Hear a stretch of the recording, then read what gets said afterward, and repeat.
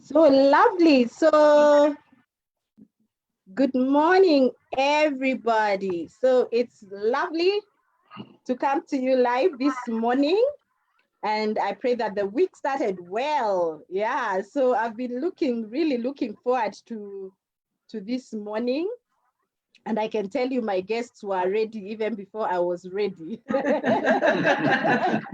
Imagine my parents ready before I was ready, but we are right on time. I'm really glad. My name is Pauline. Yeah, your host this morning. And yeah, so I'm privileged to have the Mutongas with me and one of the Mutonga daughters called Syokau. And before I even go further, because I want us to dig right into the topic of this morning, I want to give them an opportunity to just say hello and maybe tell us a little bit about themselves. Let me start from our dad. Hello, my name is Mutonga Adams and my wife, Sarah?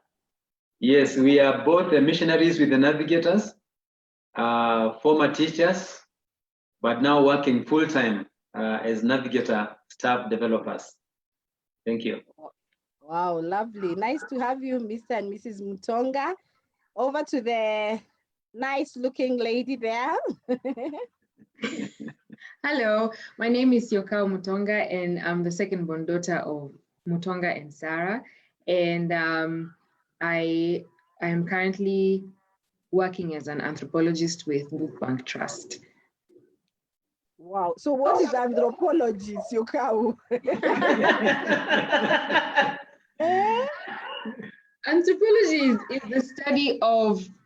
the study of people in all places at all times. So the most popular arm of anthropology that many people know about is archaeology or paleoanthropology, what the Likis do, human remains. But really anything that touches people in any way, whether it's history or banking or food, there's always an aspect of anthropology in it because it's involving people's cultures as well. Wow, okay. I'll catch that tomorrow, but it's well. Yeah, it's really nice. So I think the very first question, I'll pose it to Mr. Mutonga and Mrs. Mutonga. Let me first give a preview first, just like I had put on Facebook, that the most why I thought this is a very important topic for this morning is especially because after the president said our children are going to continue being home for another 6 months, they've already been home for almost 4 months, yeah? And of course, parents are used to their children going to school for like a whole 3 months, then coming back for a holiday for 1 month, though thankfully we were added another 1 month in December by who was it? For the former education, made the holidays a little better. So we were getting used to that rhythm. But then all of a sudden, children are told they can't go back to school. And we know it is important that they don't go, especially this time of COVID. But then I just felt, you having homeschooled for 18 years, you've had your children in your home for that long. I just wanted you to share with the viewers listening, the people who listen right now and even later, how your journey was. And of course, some questions have already come in. I have a number of questions that people have asked. And let me start by asking, why did you decide to homeschool? Thank you very much for that, Pauline. Yes. I think as we look back, we want to thank God for enabling us to choose to homeschool. And when we began, it was not an easy thing because we were among the pioneer parents that started this. And it wasn't something that was common among Africans especially.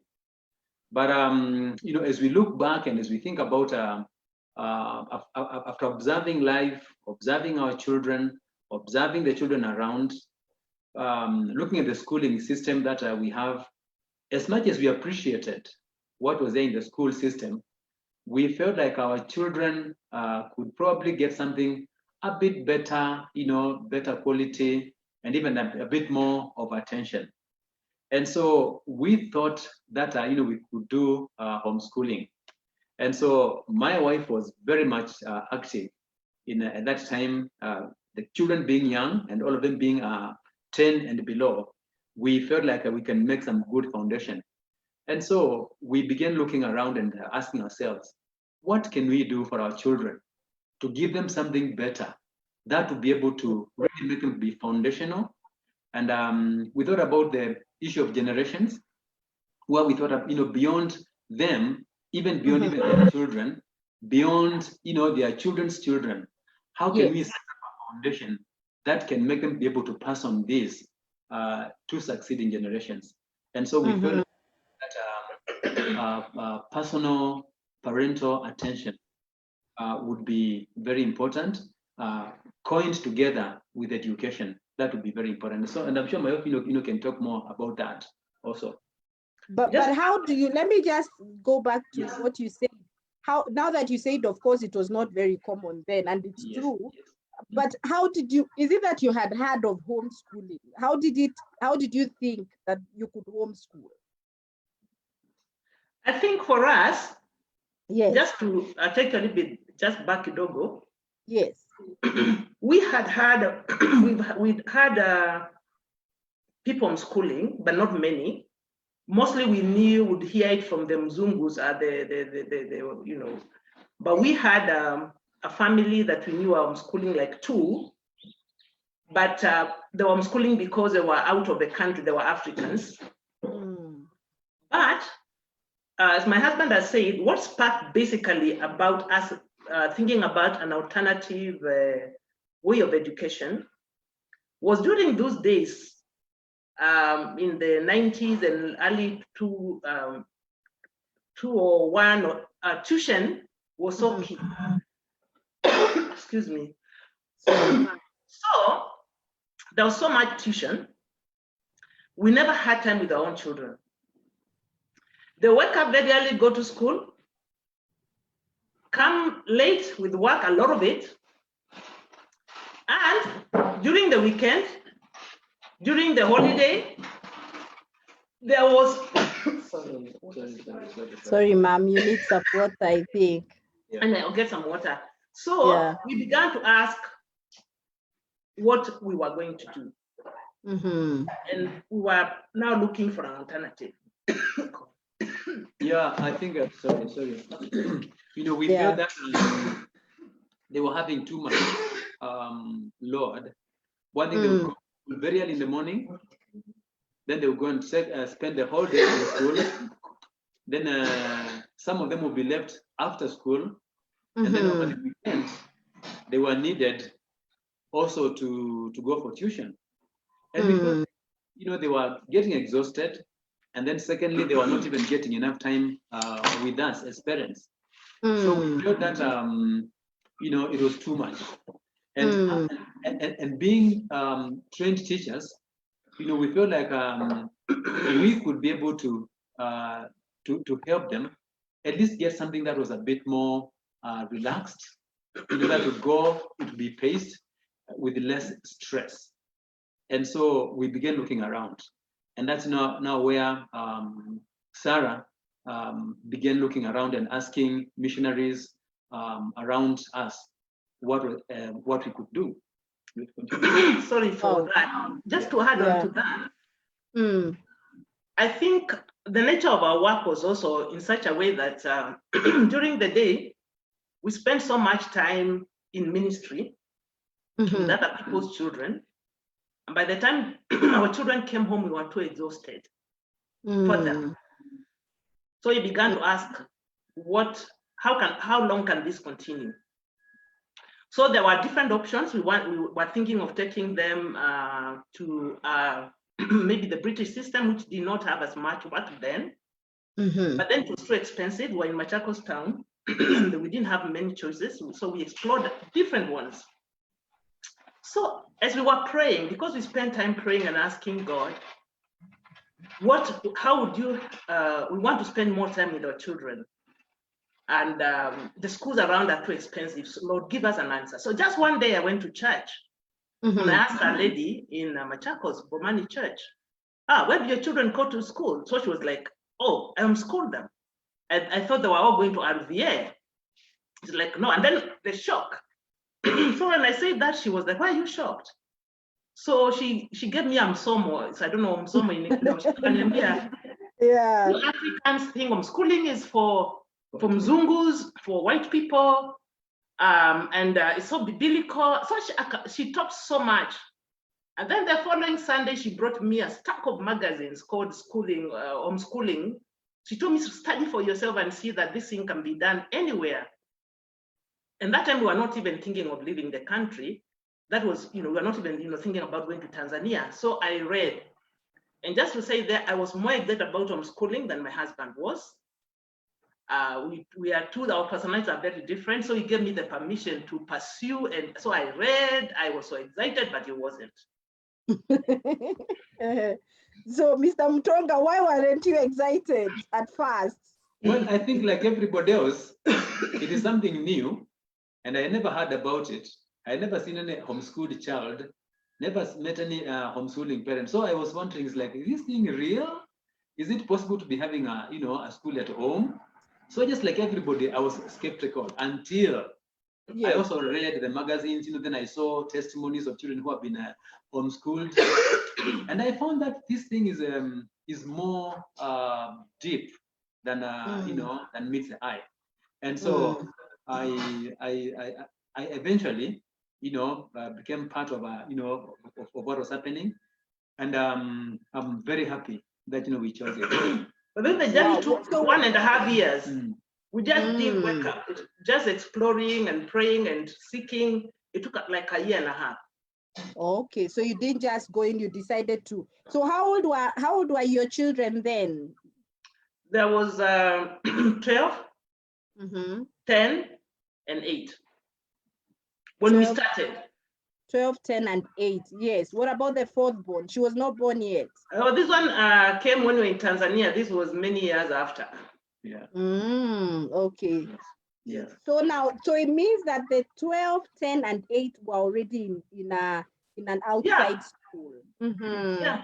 So in Machakos Primary, yes. Class 6. Okay. There was class 7, 5, and 3. Yes. So how did you bring it to them that now you want them to come out from school? Of course, I'll ask Syokau. I'm sure she remembers what happened. But how did you bring it to the children? I think they were young enough not to be asked for permission. We didn't ask them for permission. We just, definitely we told them what we're about to do. They were young enough that time to be very happy not to be going to school very early. And they thought they were going to be having a TV and everything at home until the structure looked different. But I think at the beginning it was okay. So, and then because of the way our family was structured, they were still under authority, so there was no permission. We were not asking them for permission. Okay. But for them, the joy was that they could watch cartoon the whole day. Okay, Syokau, do you remember that transition? I do. So how yes. old were you? Were you the 10-year-old or the 8? The 10? I was the 10-year-old. I remember it very clearly. It was fun. I never enjoyed going to public school because I don't learn quickly like other people. So the model of how public schools are run here, where the teacher teaches once and the people who understand it quickest are the ones then who are fine, and the rest of us have to sort ourselves out. So I hated I loved going to school because I was playing with my friends, but I hated the educational aspect of school because I just always felt like I was never given a chance to learn. There was no time for my learning style. So as soon as mom and dad said we're going to homeschool, I was very happy. Very, very happy. Yeah. That's interesting. I mean, you're saying that you do not learn very quickly, and I remember I posted to people that you had a first class. I am looking forward to hear this journey. I mean, this is interesting. Then let's hear. So now you've decided, Mr. Mutonga and Mrs. Mutonga, now your children are at home. What is interesting for me to note is you both studied education. Yes. Yes, we did.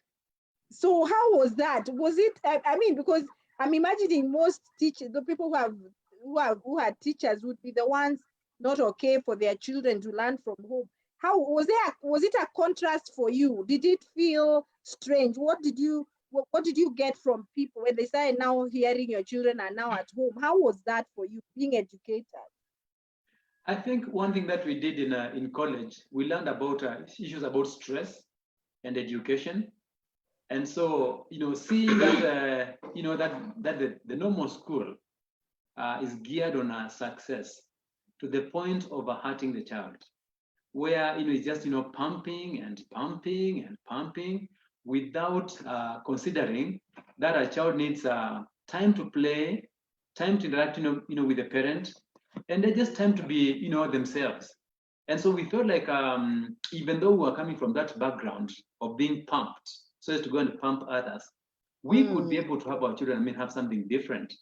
And so we felt like, as I shared a bit earlier, when they woke up very early in the morning, even some of them even before 6, and they are that young, and they go and learn for a whole day, then they go beyond, even 4 o'clock. And then over the weekend, they also needed to be given tuition. We felt like it was more than we could handle. And so we felt like that drive for success was not doing them good. Instead, it was producing, stress on them. They would be dozing and, sleeping very early, even before we could even be able to talk in the evening. And so we felt like, no, something was not right. And so when we got the option to homeschool at their pace, as Syokau was shared, we felt like, now they could go very fast if they were able, or we go with them slowly, depending on their ability, to make them achieve. Because every brain is able to catch, but it depends on the pace, on how they have been made by God. And so we felt that it was our own responsibility to ensure that, we don't just mass produce our children, by giving them, by having them being given like any other person, but we could be able to gauge and just to pace them, depending upon their ability, for them to become the best of what they should be. And so, yeah. Just to add on to that, Pauline. Yeah. Yes. Having been a teacher, I think for me, sometimes it was negative coming into homeschool. Because I came with the mindset of a syllabus that must be finished, exams, competition. And I'm telling you, I really enjoyed my teaching. Okay, I'd already left teaching by the time I was schooled for a while, so I wasn't teaching at that time. But I remember I had to catch myself saying that homeschooling is not about exams. Exams are important because, in Africa, you need a certificate for the child to qualify to go to our universities. Yeah. But that's not the aim of homeschooling. So I needed to, and it took a while. And I pushed the children at one point that, I've taught at the A-level, the former A-level, I taught the 844. I have an idea now, of course, with IGCSE, because some of the children finished with IGCSE. I've got different just experience with the different curriculums. But I just realized as a teacher, I needed to change my mindset, that the children were home to discover who they were made for by God, and they are so different. That time there were 3, now we have 1 who came many years after. That every child is so designed so differently by God. How were we going to navigate that each child discovers who they are? So I think for me, that was such a mindset change. And thinking that I didn't want to be a failure. Remember how in school as a teacher, we were rewarded for the teacher who produced more A's. And I came up with that almost a mentality, thinking I was so afraid of failure. So failure for me was like my children didn't do I don't know what. So we grew up even up to date with getting that mindset off. And that not every child of ours had to go to the university. They didn't choose to go to the university, but did they find something of who they are, and God giving them something to be able to put food on the table. and we kept as years went by. But I had to be trained because I used SCE. We used SCE for the most time. I went for training first, and then later my husband also went for training so that we would understand the new concepts. Wow. So now 1.5 years, you said you took time, of course, to research, to train and all. Now tell someone who is listening, so how did you start? So now you have decided you're going to homeschool. Your children, the 3 are already born, so they are already at home. How did you start? How did you start? We searched when they were still already in school. Yes. We didn't search when they were home. Yes. And searching meant some of it was sovereign.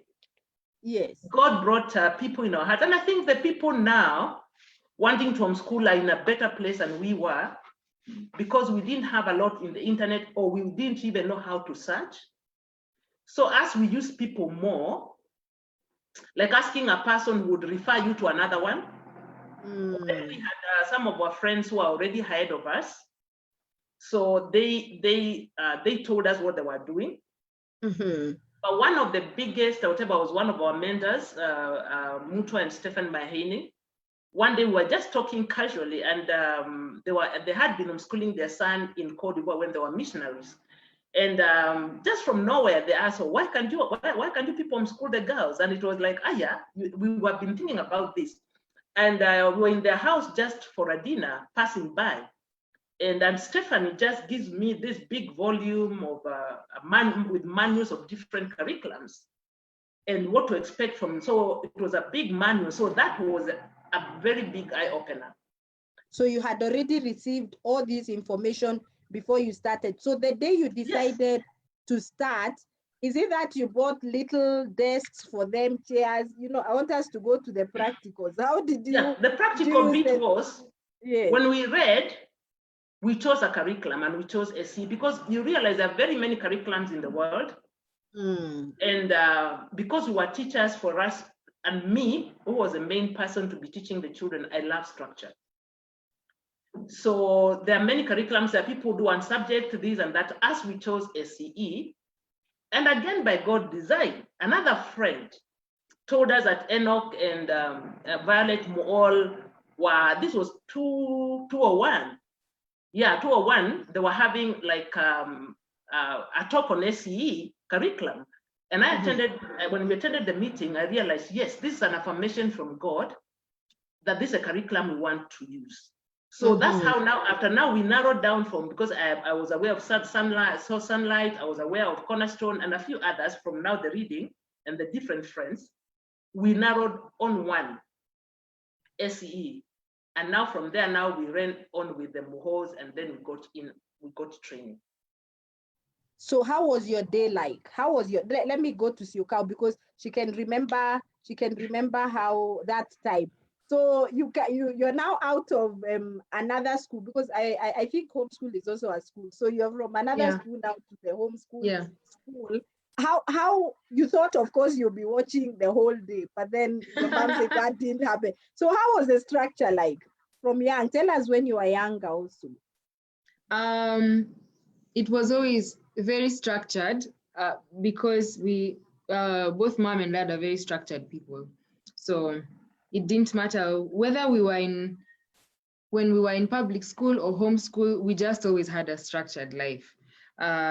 So when we moved into homeschool, we were young, but that's around the time when we were learning how to have our own personal devotion. So each of us would wake up and start by doing our own quiet time, and then some form of exercise. We were also a bit younger, so exercise became a requirement more when we were in Tanzania and we were teenagers. And then school would begin so we'd have breakfast at 7 a.m. and then have breakfast maybe until 7:45. And after that, brushing your teeth, make sure your bed is made and you're all dressed for school. And then we would do school devotion. So we had family devotions in the evening and then school devotions. For school devotions, we'd read something that was tied to, like in AC, you have something like character trait of the month, verse of the month. And these verses of the month incrementally became chapter of the month, because scripture memory was something that was not only expected in the school system, but something that we hold highly as a family. So we continue to do that. Then after devotions, which would last about 30 minutes, and usually dad would lead devotions if he was available. If he wasn't, we'd do it with mom. Then school would start. And we would have our first session from 8 to 10, and then have a 30-minute break. TV was never really something we watched a lot of ever. So we'd play with each other, because our age mates were in their public school. And then we would go back for the second session, which would be from it would be from 10:30 to around, I think, Mom, was it like 11:15 or something? Then we'd be given a short 15-minute break. And then we'd come back and do the other session, and then have lunch for 1 hour from 1 to 2. And then if anybody had any extra homework or pacework they hadn't finished, we had to try and finish it by 3 p.m. because at 3, then Mom would close school, and she would now switch over to being mom, wife, disciple. Wow. So there was no school after 3 p.m. No, I mean, what would happen after 3 p.m. is if we still had school work we hadn't finished, we would take that as homework and work without her supervision. But in the younger years, we didn't have too much homework. It's only as we grew older, and high school has a lot of work. And then in Tanzania, we were also balancing quite a bit of extracurricular activities, so music classes, sports, or things like sewing. And then in Tanzania, we also had a weekly play group where we met with other homeschooled children, and we did activities together and played together. So frankly, until, I would say, since I left homeschooling, I am yet to have days that were as busy as those years of my life. Wow. So at any point, did you feel awkward? Like would meet with your friends, and you stay, you're home all through the year. How was that for you, Syokau, and your friends? What was how challenging was that, seeing your friends are going away from home? You're always at home. Yes, there were times when it felt awkward, but not too much, since we were encouraged by mom and dad that, if someone has questions about homeschooling, explain what it is to them, because I think that sometimes people react differently to something because they don't understand it. And so my sisters and I always saw it as an opportunity to help someone understand a different type of experience, that it may not be the norm, but it's a very normal thing. What sometimes felt lonely was, I think, during the teen years, when it just, teen years are just, peer pressure is so strong at that time, and everyone we were in a foreign country, we lived in a village, and I was seeing all my former classmates and age mates just talking about all these things they do, and boarding school. Sisi tulikuwa nyumbani. But it didn't last long, that loneliness.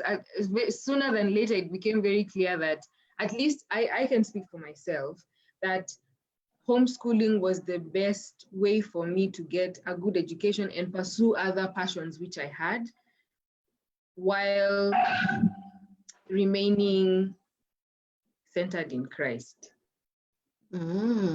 Wow. Interesting. I like that, and I like that you acknowledged that. So now, Mom, you are the one who homeschooled most of the time, as you said, yeah. Did you at any point feel fatigued? Like, I'm taking them back to school. Oh yes, many times. How can they be at home? How can they be at home all through? Oh, many times I wanted to throw them sometimes out if I could. I think homeschooling is beautiful when you start, but when the reality eats down, because what it does, it brings the best and the worst of you. What I found for myself, I speak for myself, particularly with the children in their teenage, I saw the best and the worst of them. I worried, I wondered, and then I realized also what it did is also triggered the pain, some of my issues in my own teenage that I never dealt with. So the pain, I wanted to correct myself in my children. So sometimes I'll be too harsh. Sometimes I'll be too lenient. Sometimes it'll be very confusing. What helped the most, we talked a lot with my husband. And then we, even in Kenya, we had a group with friends just before we left. And whenever we'd come in, like for any visit, we'd still talk. So I could be very vulnerable to different moms.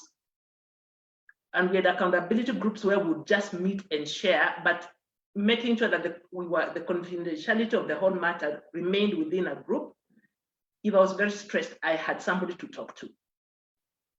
And with the children, what we decided with my husband that we evaluated different stages.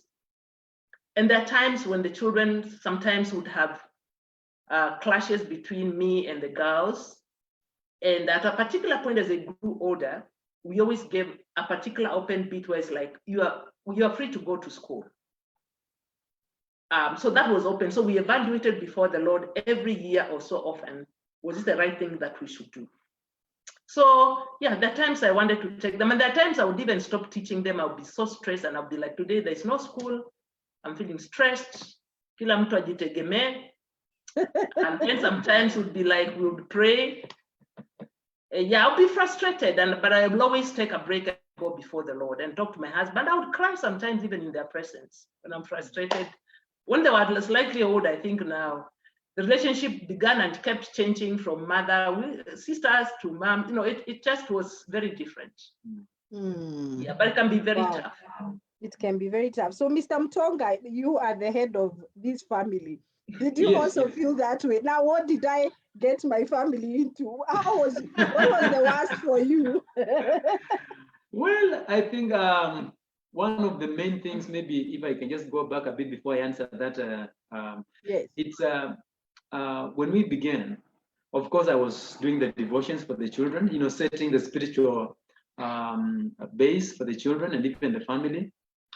And I think that was really important because I could be able to know where my children are.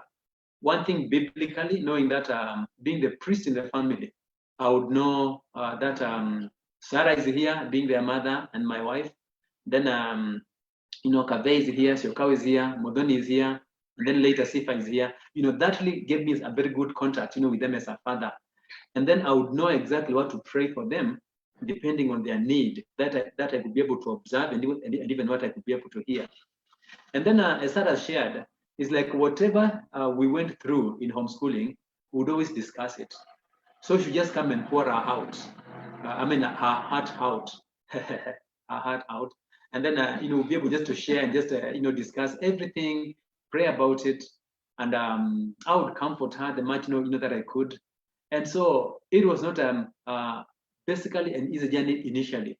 But as time went by, and then, you know, we began interacting with people in Kenya and even Tanzania who were also homeschooling. There was that kind of like a community, you know, encouraging one another. And the feeling like, you know, it's a journey, you know, that is not just only for us in Tanzania or in Kenya, but even worldwide, because we'll be having speakers who would even come from, you know, from outside outside Africa, and they'll come and share with us from South Africa, from the US, you know, from the UK. And that was very encouraging because, you know, they began a bit earlier. And so we felt very much encouraged by that. And so as when, you know, through this structuring, because, you know, having been in the normal school, and also SE being a structured curriculum, we had to put into place a program and a structure that they'll be able to follow. And that was very helpful. So even with the frustrations, we knew, because we knew what we were looking for. Children who are discipled, who got quality education, and who could be able to grow in character. We did not give up. And so when those times came up, when my wife, would throw up her hands and feel like, it was too much, I'll be there just encouraging her, continue, because there's light at the end of the tunnel. And even the girls, even themselves, sometimes, they really feel like, this is a bit too much sometimes. And then when we give them a chance, what would you choose to do? Because we discussed very much. I mean, like these girls, Syokau and Kabe and Mudoni, I had a date with them every week. I'll take them out for lunch every Tuesday. I think they still remind me of those days, even today. And so I would have one girl this week, and I would take them out, just go and buy them lunch, and just tell me everything about yourself. Plus their mom. What are you going through? I mean, what are you going through? Even gossip about your mom, feel free, talk about everything. And they would talk and talk. And by the time we finish, when we are praying, it's like, all the problems are what? They dissipate. Wow. And so we felt like that really gave them a very good, a good time just to steam off. And so I would take them out, one every Tuesday, and then their mother, I would take her out on a Thursday, just also for her to go and share what she was going through, apart from the morning and evening discussions. Yeah. Wow, amazing. And I know earlier you mentioned that, of course, then there were not many people doing it. So it was also it was quite a lonelier time then, but you encourage. Wow. So what I'm hearing is it is not easy, but you kept pushing because you knew what you are looking forward to. Yes. Now, Syokau, I know you mentioned some challenges, and especially in teenage where you felt you wanted to be to talk just like your friends who are in other schools. But do you have another, probably something you felt, I wish if you are not, maybe a challenge you'd say you encountered because of being homeschooled, and then you can tell us the best part of being homeschooled for you? Another challenge I experienced because of being homeschooled. It looked like a challenge at the time, but now it's not. It's something else that's different about having done both the Kenyan system and then doing the homeschooling ACE system is, with ACE, you don't move to the next grade if you have not completed the content for the year. So while I remember in primary school, when the year ends, we move to the next class, whether we covered all the content or not. So that was hard, because then sometimes in the higher grades, especially I'd say from grade 9 onwards, it would sometimes take longer than a year to complete a grade. And then the feeling of, I feel like I'm lagging behind, my age mates are ahead of me, and there really isn't much I can do because this system I am in has said that I must complete the content for the year, whether it takes me 2 years or 6 months, but it has to be completed. Now I'm grateful for it, because then it has shown me that everyone needs to move at their own pace. There's a reason some people are faster in some subjects and slower in others, but the most important thing is to persevere through this task of education and complete it well. And that God is doing something in that slowness. He's doing something very beautiful. Yeah. Wow. What would you say was what would you call as your best part when you look back? Okay, that could be a good and a challenge, but what else would you say when you look back, you're like, wow, because of being homeschooled? Getting to spend time with my parents and my family, that was a gift.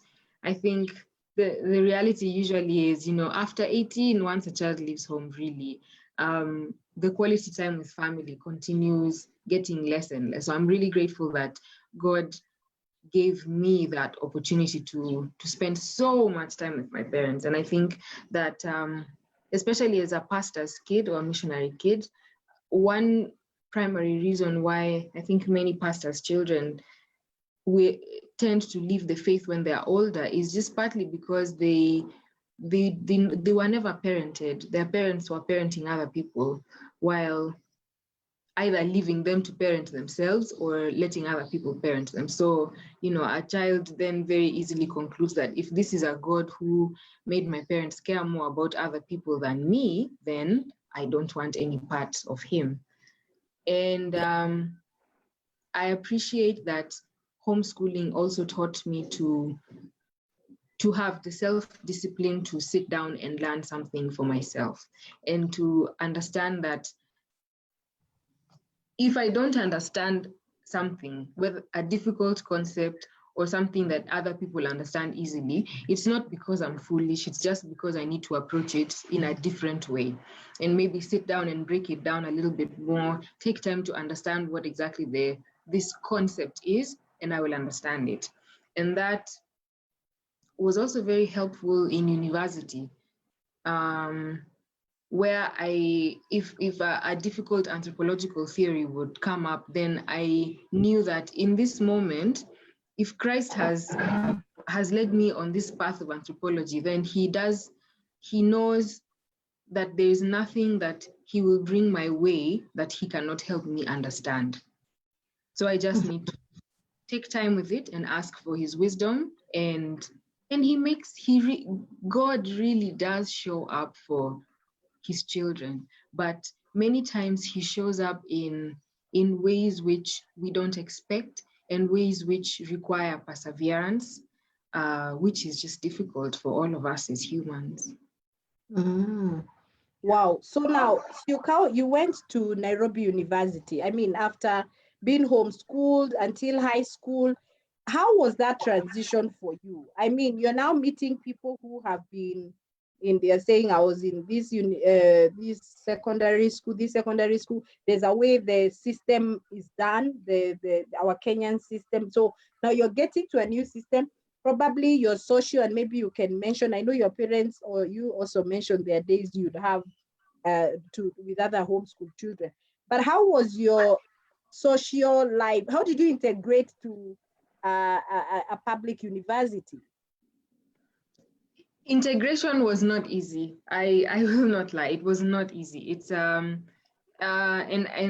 it helped that my first semester, mom and dad were in the country on furlough. So it helped that, at least I knew when things were hard, I could go home and say, and then I think it also helped that I was not boarding in school.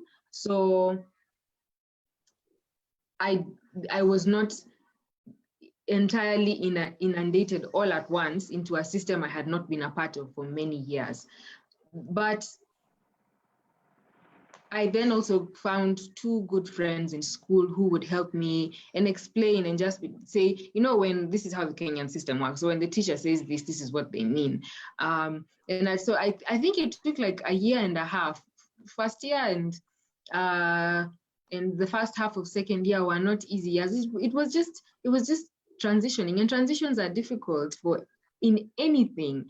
The same thing applies to when a very hardworking, brilliant person goes to their first job. It doesn't matter how brilliant they are, they just still have to take time to settle into the job. But something else that was also really, really helpful for me at that time was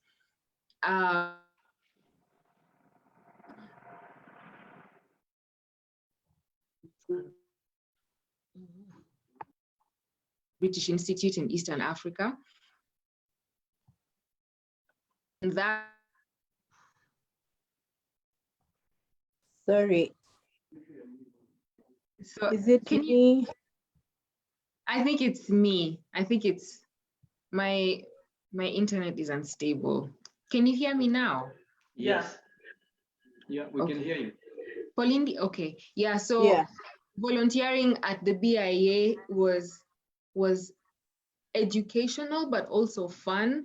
And so how BIA helped me is by seeing the practical end of, so I am an anthropology student, and I am working at an institute where professors who I read about in my curriculum are working at, was really helpful for me to kind of to connect how these difficult theories make sense outside of school. Yeah, so I hope that has answered the question. Yes, that has answered my question. How would you say, how is your social life like? I know, of course, being social is also a personality thing. There are people who would be in school and still another school. But how would you say, how was your being homeschooled? How was that aspect? Because that's an aspect that many questions came in from, and maybe your parents can answer fast. How did you take care of that social aspect for your children? Aha. This has been a very common question about socializing for children. One thing, I think there is the aspect of living in a crowd or with a crowd and having friends. And I think psychologically we know, and sociologically we know that it's possible to be in a crowd and yet be lonely. One thing, we encouraged our children to be friends with one another. So there will be a bit of that sibling rivalry, hapa na pale, but then, they learn that's like, here I am with my sister. And so it's good for me to, to learn to be friends with them. And that really helped a lot. Then apart from that, their friends whom they had in the normal school, they will be able to come in the evening. They'll be able to play together. Again, they'll also be able to play even over the weekend. They would go to Sunday school and they'll connect with their friends. And so there was not much losing out, as people assume. They were still connected with their key friends, because a friend who loves you, they will definitely come to seek for you. So we'll take them to friends, and then we'd open our home for the friends to come. And because we had a good compound and a few things, that the kids could play, like basketball, playing with dogs, playing with the cat and having their dolls. There was a lot of, interaction, that happened among them. And so to those friends, who really build in their love tank, they were able to meet them and to be able to interact with them. Yeah, Sarah, would you like to add something else? Yeah, I think the question about socialization as always was very big, and I think that was when people kept asking that, I was even worried how they were going to turn out. I think we learned from one friend asked a question, even when they were in school, how many good friends did they have? And normally you cannot have too many. So somebody encouraged us that help your children to have a few friends that they can confide in and people that they can call friends. And then the other thing about socialization is teaching them good manners. Because what is socialization? A child is able to say, hello, when a person comes in, my name is Syokau, my name is, and then can I give you something to drink? Just the normal manners that children are taught. And I think there's the assumption that school teaches socialization, which is not true. In my thinking, having been a teacher in different schools, if anything, school can be negatively assuming that children are socialized and they're not. And just to say this, that I don't think it's everybody who can homeschool, really, and because I think it's a choice and a person has to hear from God. It's a sacrificial thing that a person does when you say you're going to homeschool. One parent has to stay home, and you live on a lower income. For those who are not able possibly to afford. So I'm not saying that. So when you choose that, then you're asking, how can, by God's grace, God help me to teach my children to learn how to fit in society? And we make mistakes, but it has to be a very intentional thing that a parent wants to get involved in the education of their children, whether you homeschool or you don't homeschool, and teaching them, talking open about the challenges of society, because from a sinful heart to a sinful society, the children have to learn how to live at home and also live out there. Okay. Something else. Did you have terms and holidays? There's a question like, so do you close when you're homeschooling your children? Do you learn all through, or do you have a school term and a holiday? Yes, we did. We had school terms. We even had holidays, and they would even take the girls out. Like when we were in Machakos, we'll be able to take them out, on excursions. Would go walking up in the forest, over the weekend. We would take them to even a place to go and swim, and so we had those activities, that we planned, and even with the support groups that we had, there would even be moving out, like to even parks, like going to Masai Mara and other places where we just go as a group, homeschooling children to go and do, and then after they have done their trip, they will be able to come and write an essay on what they observed. So it was not just going to have fun only, but they would have fun in a way, where they're also observant. So it was part of school. Everything was cool. Even at home, they would even be taught how to cook. They would be taught how to even iron their clothes, how to wash their clothes, how to mop in a good way. And so everything was just, integrated in education. It was so integrated, but yes. you had the school term, and then Yes. during the holidays, I like how Mako has said, the University of Life. The Yes, life exactly. skills. Exactly. Yeah. Just to add on to that, Okay. Pauline. Yes. Okay, we with SEE, there's even how many weeks you have per term and all that. Yes, but for us being missionaries, that didn't always happen, because there are times when we would be traveling and maybe not have school. So it was, there's closure when we decide, and there are times when we would have very long closures, other times we would choose to have less closure. So there were determinant factors.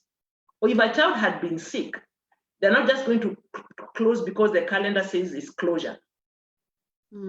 So I think we had the opportunity to regulate when we rested. But we needed to have a break. There were breaks, and there was school. And the Syokau said work had to be finished. So I think that also helped. When they were older, it was easier to regulate that. Even sometimes you say it's closure time for mom, but a child says, I want to continue with school. Yeah. Wow. Syokau, someone is asking, and so let me direct it to you. I would have directed it to your parents, but I'm sure mom didn't know every subject that you guys studied. I mean, your 4 children, everybody what did you do with the hard subjects? I mean, what happened when it was something your mom never understood? Thank you for that question.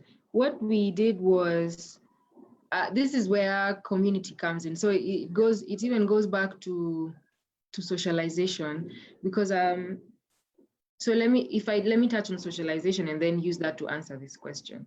I think that when people who are homeschooling or who see other people being homeschooled are concerned about socialization, they need to question why they think that a child being in a large group in a classroom means that they're being socialized. Because one could argue that by having so many, if you will, so many fish in a tank, you are then limiting the opportunities this child can have, because maybe it's like sardines in a tin, vis-a-vis the children who are in a tank, and there's like 5 children in a 5,000 liter tank. These children have more opportunities to try out more things. And community is another part of socialization that maybe comes more naturally when you are going to the public school, because then as a parent, you are friends with your children's parents.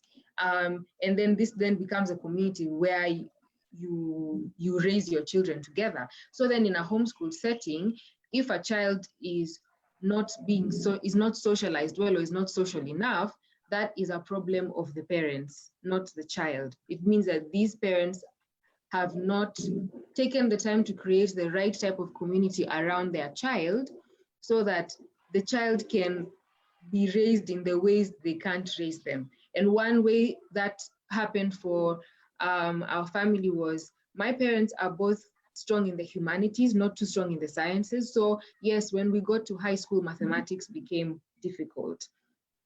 But because of the community we had around us, and particularly the university students who were all studying advanced mathematics, they then became the tutors. So when algebra didn't make sense, these friends of our parents would come and sit down with us and teach us what it was that we did not understand. So one, in a homeschool setting, one should never feel that they don't have what it takes, because the same way when somebody is in a corporate job, you network, and the reason you network with other people in the corporate world is because they have skills you don't have, and one day you'll need those skills. So it's this, we homeschoolers also network so that they can help each other out.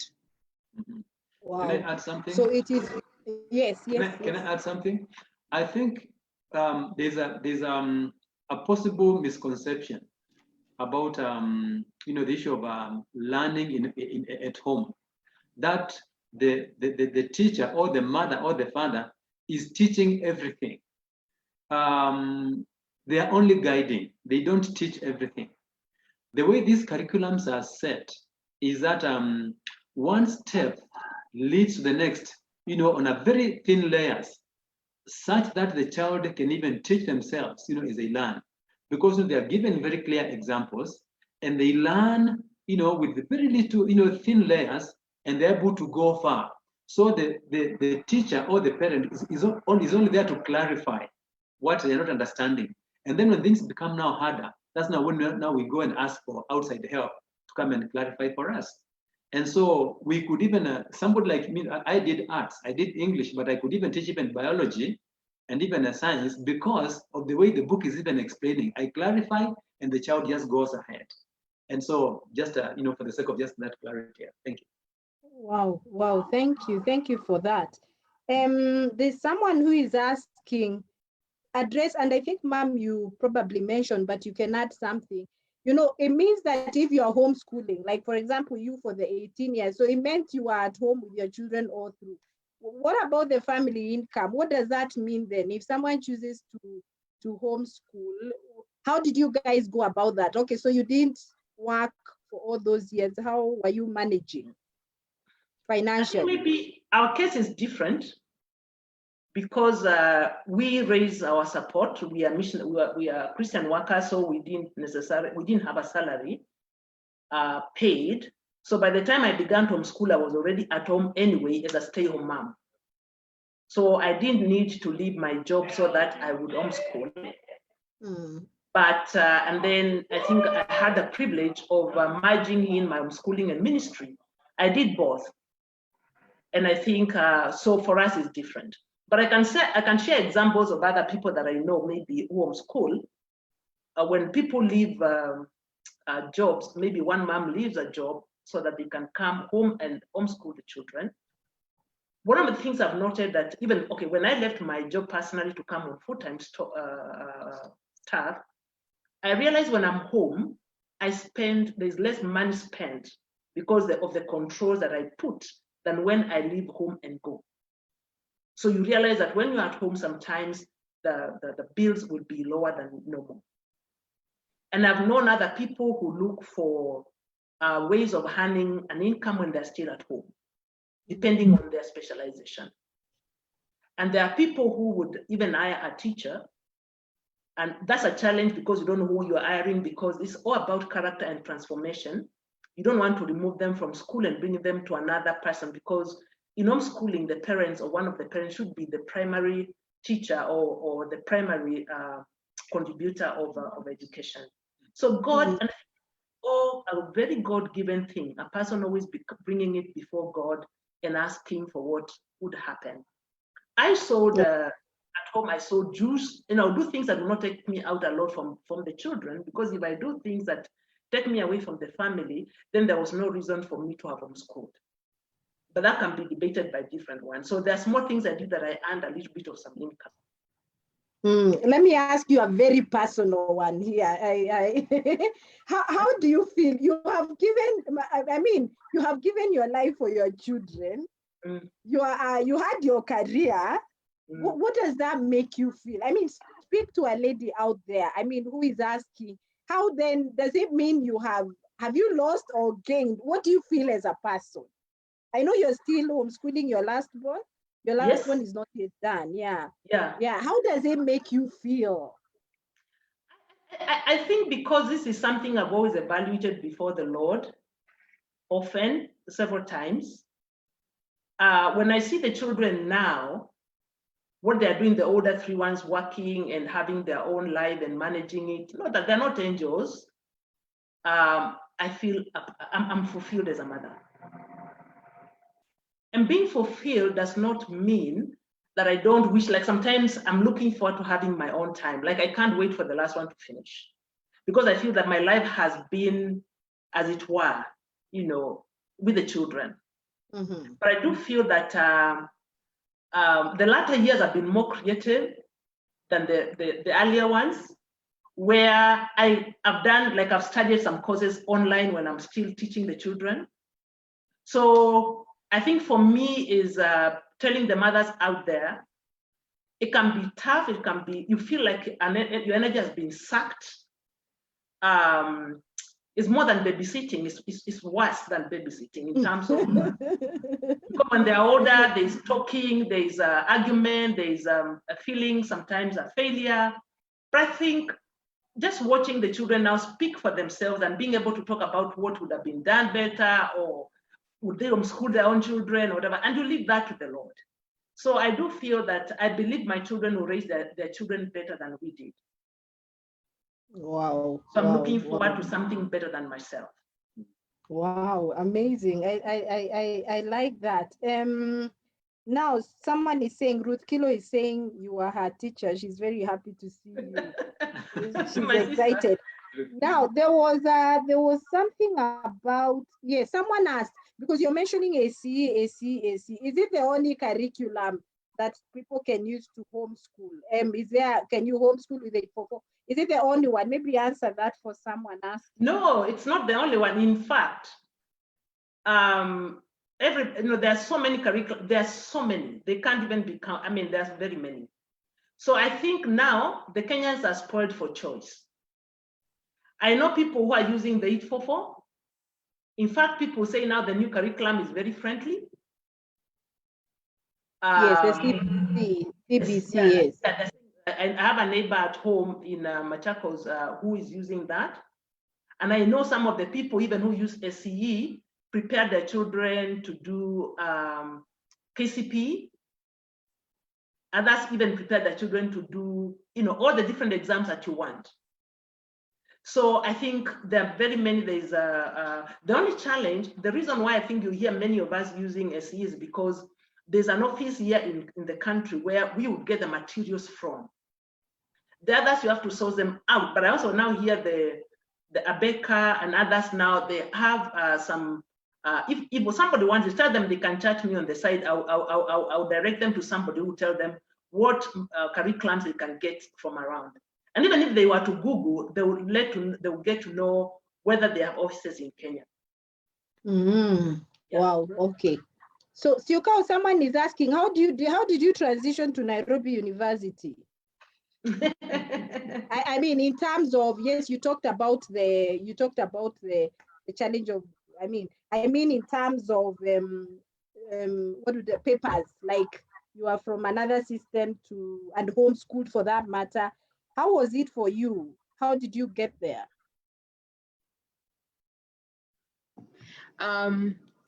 I completed the International Certificate of Christian Education syllabus, and the advanced certificate there is the equivalent to an A-level. So that gave me the power to apply to an institute of higher education. And since I wanted to study anthropology, which is only offered here in Kenya, it's only offered at the public university, then I needed to either have my KCSE or or something equivalent like A levels. So we just submitted those and all the documentation showing that from UK NARIC, showing that what the certificate I had was equivalent to an A level. And something many people don't know is that, especially in public universities, the constitution that guides how they accept students expects them to accept a certain percentage every year of students from a non-Kenyan certification.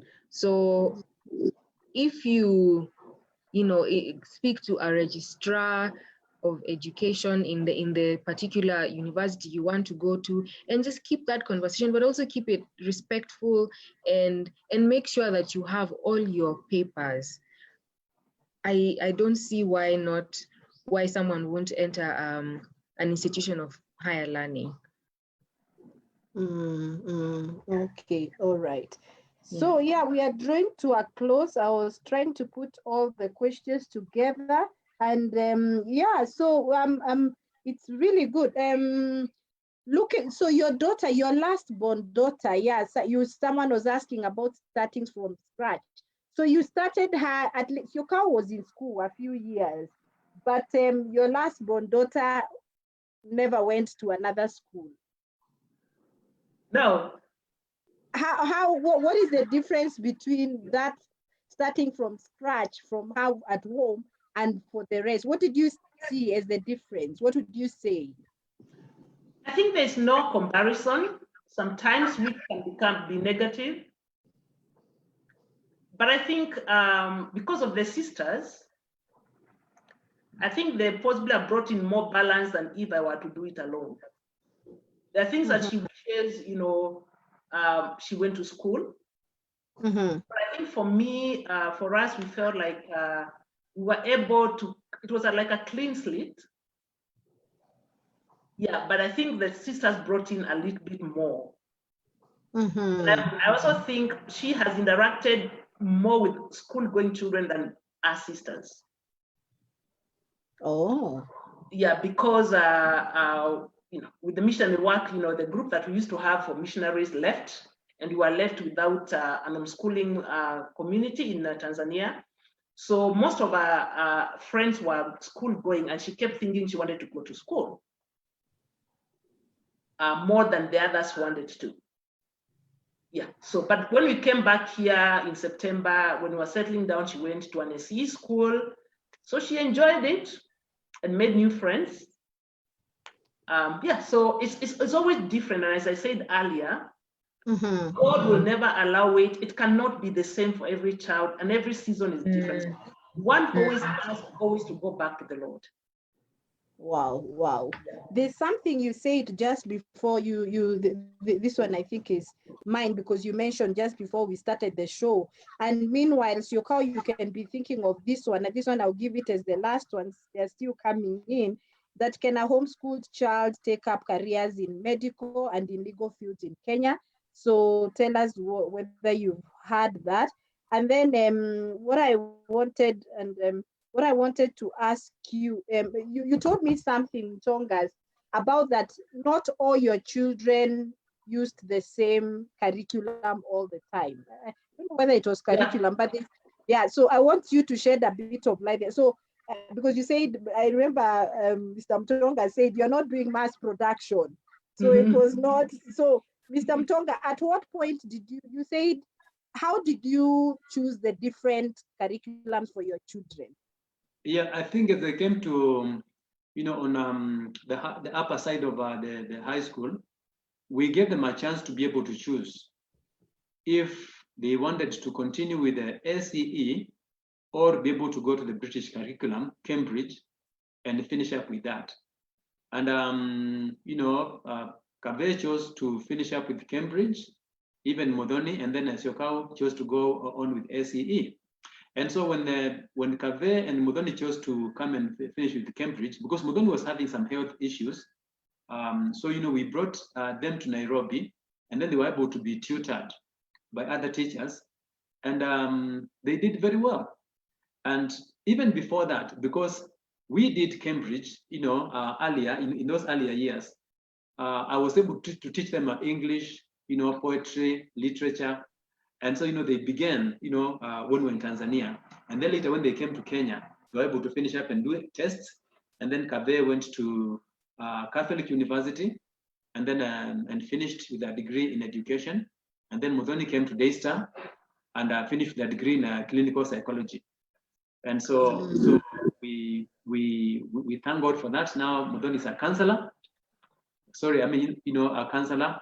And they went through that and they finished well. So we gave them the chance.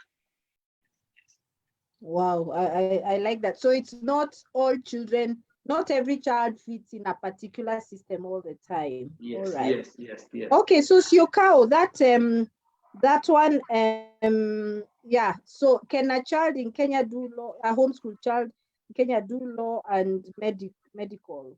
Go to medical? Yes. I can think of two off the top of my head who, one is an ACE graduate and he's now working at he went, after he finished his advanced certificate, he went to, although he was in homeschool, he did it in a school, but it's the same thing. The educational content is the same. And he went to Riara University, studied law there, and is now working. And has, done MIT, Harvard, short courses. And then I know, and I have another friend who decided to go the IGCSE route. And then he now went to Catholic University and then went to Kenya School of Law. So he is an advocate. So it's very, very possible. The thing for a parent, if that's the path that a child wants to take, I think the thing is then start thinking about that now and let that influence the system that you choose for your child to go through. It might have to be that if you prefer the British system, fine, go ahead and have them do their IGCSEs and their A-levels, and maybe then as a fallback plan, have them sit for their KCSE exams. That way, they have options. And the same thing applies for medicine. I know one ACE graduate who it was quite difficult for her to get into medicine here, so she went and studied it in Russia. I know another very, very brilliant doctor. She's in her 5th year. And what this young lady did is, so she finished the ACE system, and when she finished grade 12 at 16 and wanted to study medicine. And then when it became clear that the ACE certificate she had was not going to be accepted in a Kenyan system, she went back to do her A-levels. And she did that for 2 years and then used her A-level certificate to apply to Moi University, where she's just about to wrap up her medical degree. So it's very, very possible. It's just that when you choose to do a system that is not the standard national one, you're going to have to think a little harder about how you want to exit and start making those choices before the time for exiting comes. And wow. So you're right. And is there a place where someone is asking if the children are doing science, where they can get a lab, where homeschooled children go for labs? Yeah. Yes, ma'am? There are labs. Yeah, there are labs in Kenya that you pay for. Yeah. And sometimes, I mean, you'll be surprised at how many specialists in their field are always happy to collaborate with younger people. So if you know a scientist somewhere in a university and they have their own lab, there's nothing wrong with asking them if your children can come and use the lab, or if they can teach your children how to use a chemistry lab. Really, I think that we have not because we ask not. Go out there and ask for people to help you, and you'll be surprised at how so many people are more than ready to offer the experience or the wisdom they have. Wow. Amazing. We have gone over 1 hour. We need to wrap up. Thank you so much, but we had to answer as many questions as we could. Thank you so much. I want to believe a parent out there, a young person out there young person encouraged by Syokau, and a parent, a father, mother out there has been encouraged, because some of them were writing in and saying, I really would want to make this decision, but I have this code fit. So of course, hearing it from you, of course, has made some things more clearer, maybe demystified also some myths that we have about homeschooling. And again, we are not saying that, I like what you said, it's choosing homeschooling is like choosing a school from another school. So this is just another option. And I don't know who said that, it may not be the norm, but it is normal to homeschool. I think for me, that's my parting shot, and it is workable. Listening to you, thank you for sharing your challenges, and thank you, Syokau, for saying it very well, that any transition, not just for a homeschooler to a public university or working in a public setup, is not the only one which is hard. Anybody goes through challenges in any transition. So what I like is how you have been really real in sharing your challenges. Mom, you've said you've cried because somebody was saying, how do you staying with children 24/7 can be, how do you, and you actually say there are days you'd cry. And you know, Mr. Mutonga was there to say he encouraged you and took you out every day, but you knew the mark. I think it's just like Jesus said, for the joy set before him, he endured the cross. So we all have crosses, so we all have choices to make. Now, parting shot to any parent, any young person out there. I'll start with you, Mr. Mutonga, and then Mrs. Mutonga, a parting shot, and then Syokau. So, Mr. Mutonga, a parting shot. Well, one thing that I'm really thankful for is for my wife having encouraged me to encourage her to homeschool. So it takes one parent to really go for it. And even though I was skeptical at first, when I understood what it was, I really said it's good for us and for our children and for the coming generations. Thank you. And for me, for the people out there, don't fear to homeschool. Anybody, let me tell you, anybody can homeschool as long as you know how to read and write. And as Syokau said, the community is amazing. And when you homeschool, I think I feel more educated, I feel more informed than I was even when I did my degree. So it's such a joy to homeschool, because you learn with the children and learn more from the community. And God just brings something new. Yeah, so don't think about homeschooling alone. Look at it as a community and seek God about the community that you go alongside with.